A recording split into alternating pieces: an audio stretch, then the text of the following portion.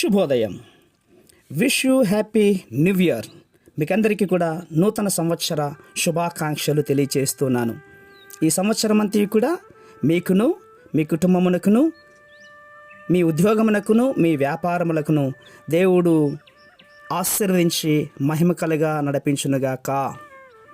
ఈరోజు కూడా పరిశుద్ధమైన వేద గ్రంథములో నుండి మరొక చక్కటి మాటను చదువుకుందాం.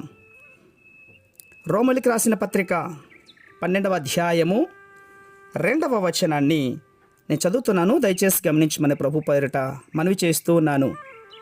రోమిలికి రాసిన పత్రిక 12వ అధ్యాయము 2వ వచనము.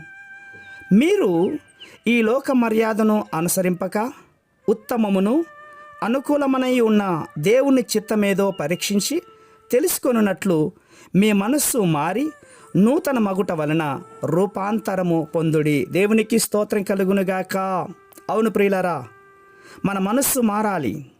ఈ మార్పు దేవుని వాక్యం నీకు కలుగజేస్తుంది. ఒక అయస్కాంతంతో చిన్న మేకును కొంతకాలం ఉంచిన తర్వాత ఆ చిన్న మేకు కూడా అయస్కాంతం వలె వేరొక దానిని ఆకర్షించే శక్తి కలిగి ఉంటుంది.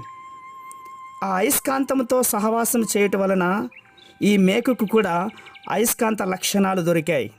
ప్రియ సహోదర సహోదరియులారా, నీవు కూడా దేవునితో సహవాసం చేసినట్లయితే, క్రీస్తు మనస్సు నీవును కలిగి ఉన్నట్లయితే ఖచ్చితంగా ఈ మనస్సు నీవు కూడా కలిగి ఉంటావు. నీ మనస్సు మారి రూపాంతరము చెందుకుంటావు.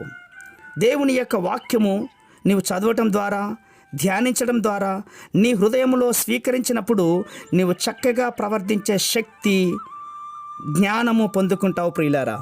అవును, నీ మనస్సును మార్చగల శక్తి కేవలం దేవుని యొక్క వాక్యముకు మాత్రమే ఉంది.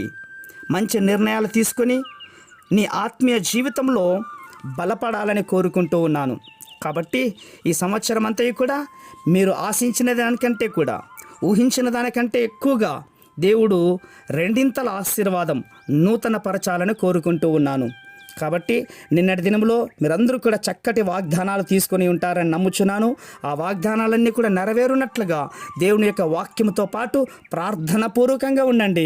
ఖచ్చితంగా మీరు మీ వ్యాపారములు, మీ కుటుంబములు, మీ ఆత్మీయ జీవితములు, మీ ఉద్యోగములు, మీ పిల్లల యొక్క భవిష్యత్తు కూడా మీరు అనుకున్న దానికంటే గొప్పగా దేవుడు ఆశీర్వాదంతో నడిపించి గొప్ప మహిమ పొందుకొనుగాక.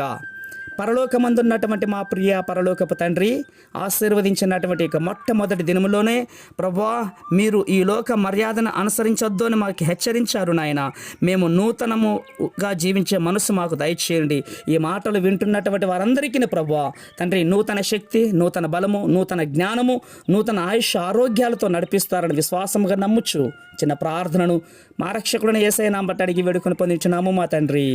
ఆమేన్, ఆమేన్, ఆమేన్.